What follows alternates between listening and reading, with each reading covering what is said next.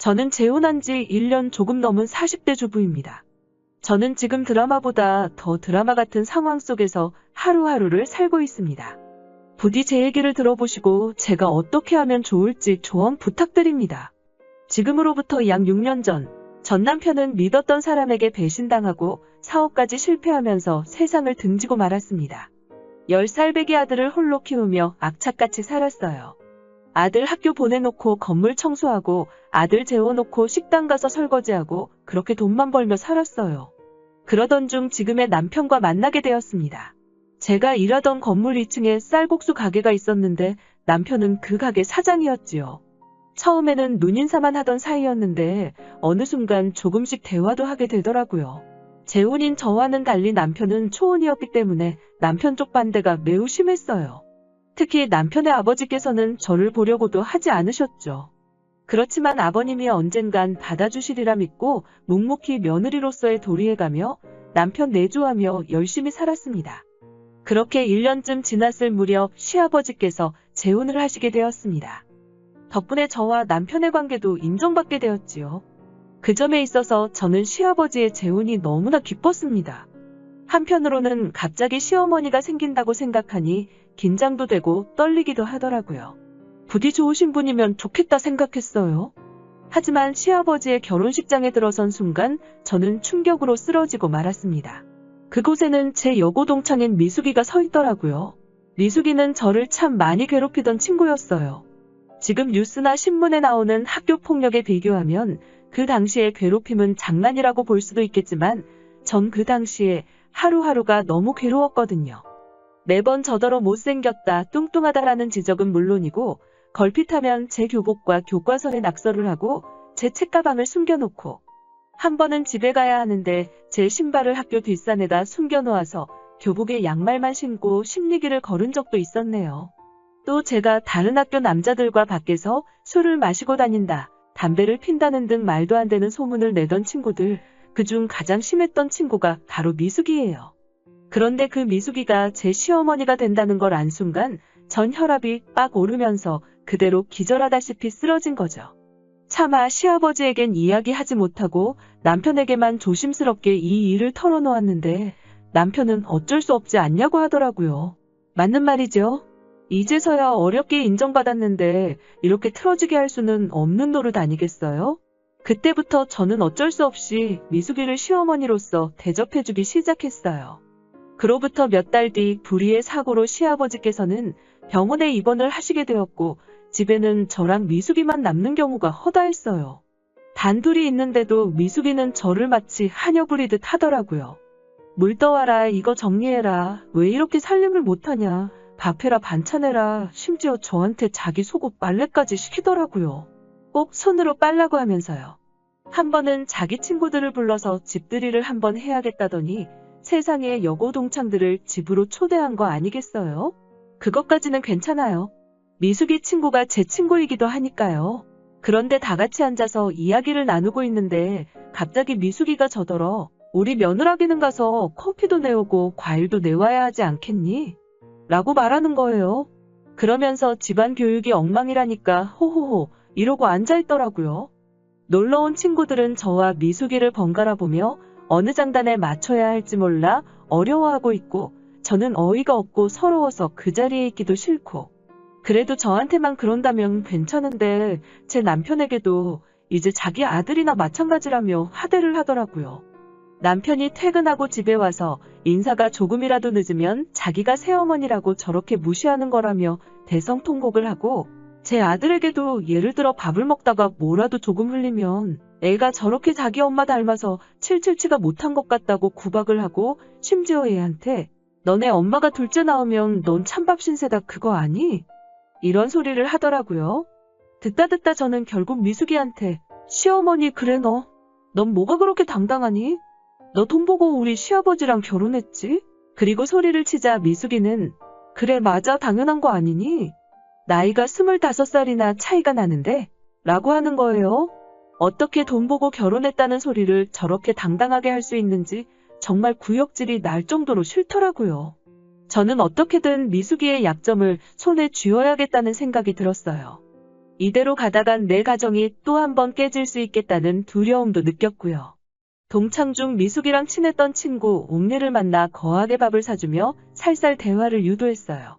옥례가 말하기를 미숙이가 원래 같이 살던 남자가 있었다며, 그런데 어디서 돈 많은 영감을 물었다더니 갑자기 그렇게 그 남자 집에서 나와서 연락이 끊겼었지라고 얘기해 주더라고요. 한동안 소식이 없던 미숙이 소식을 전해온 건 시아버지의 재혼식이 있던 날이었다고요. 그래서 그럼 미숙이랑 살던 남자는 어떻게 됐냐고 묻자, 미숙이가 도망간 이후로 남자 혼자 애 키우면서 살고 있어 아주 미숙이 찾으면 가만 안 둔다고 길길이 뛰더라라고 얘기를 하더라고요. 저는 이 흥미로운 이야깃거리를 놓칠 수 없었죠. 그래서 그 미숙이랑 살던 남자를 찾기 위해 수소문을 시작했어요. 몇 다리를 건너서 간신히 그와 연락이 닿았지요. 그리고 어느 날 평소와 마찬가지로 미숙이가 거실에 떡하니 앉아 제 일거수일투족을 감시감독하고 있더라고요.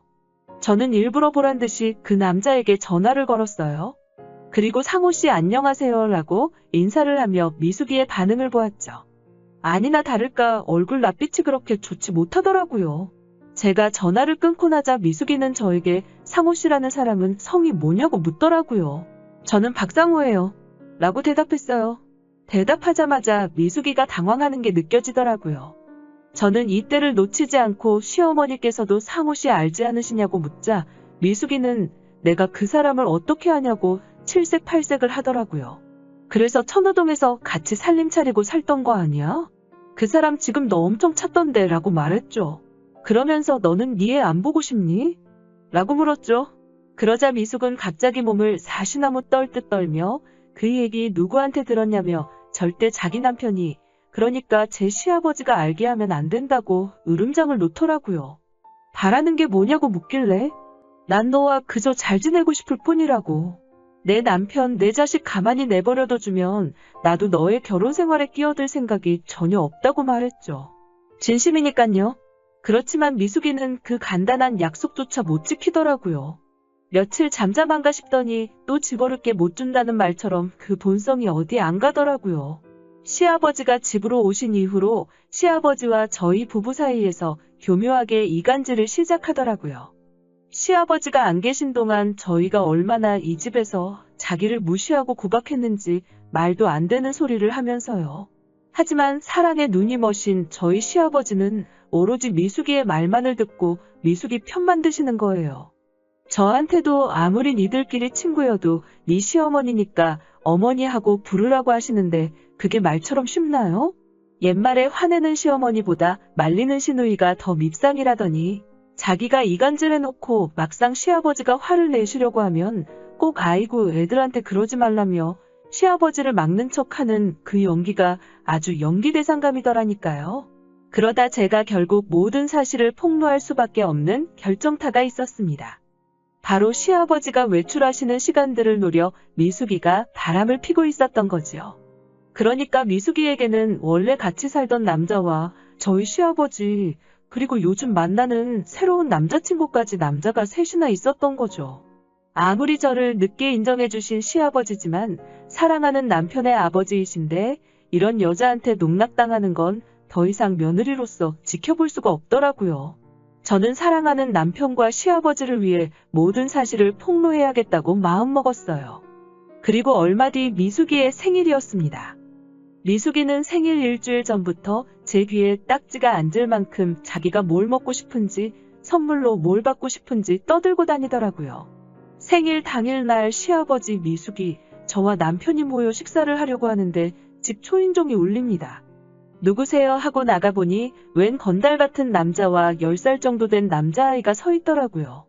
제가 나가서 안 들어오자 미숙이가 거기서 뭐해? 이러고 부엌에서 현관 쪽으로 오는데 갑자기 그 꼬마 아이가 미숙이를 보더니 엄마 그동안 어디 갔었어? 라며 눈이 동그래져서 묻고 갑자기 눈물을 터뜨립니다. 바로 미숙이의 친아들이었지요. 시아버지의 표정을 슬쩍 보니 불그락푸르락 난리도 아니더라고요. 그도 그럴 것이 시아버지께서 저를 반대하셨던 가장 큰 이유가 저한테 애가 딸려 있다는 거였는데 결국 미숙이도 애 딸린 여자였던 거죠. 미숙이는 저희 시아버지께 손이 발이 되도록 싹싹 빌더라고요. 그리고 며칠간을 더 죄인처럼 살더라고요. 그래서인지 시아버지께서 미숙이를 내치지는 않으시더라고요. 대신 시아버지께서는 미숙이에게 어른 대접 받고 싶으면 애들한테 어른처럼 행동하라고 한마디 하셨더라고요. 요즘 그래서인지 어깨가 축 처지고 저와 남편 눈치를 살살 보며 지내는 미숙이를 보면 마음이 복잡합니다. 이미 다 지난 과거 일이니 제가 있고 그냥 시어머니를 모신다는 마음으로 지내는 게 정답이었을까요? 하지만 미숙이를 보고 있으면 문득문득 친구들 괴롭힘에 혼자 서럽게 울던 18살 소녀로 제가 다시 되돌아가는 것 같고 그 생각을 하면 쓸쓸로 한심하고 미워지고 그렇네요. 제가 앞으로 어떻게 처신하는 게 좋을까요? 미숙이랑 아무 일도 없던 것처럼 그런 척하고 살아야 할까요? 아니면 시아버지에게 인정받는 것에 더 이상 미련 갖지 말고 분가를 할까요? 인생 선배님들 저에게 꼭 조언 좀 해주세요. 들어주셔서 정말로 감사합니다.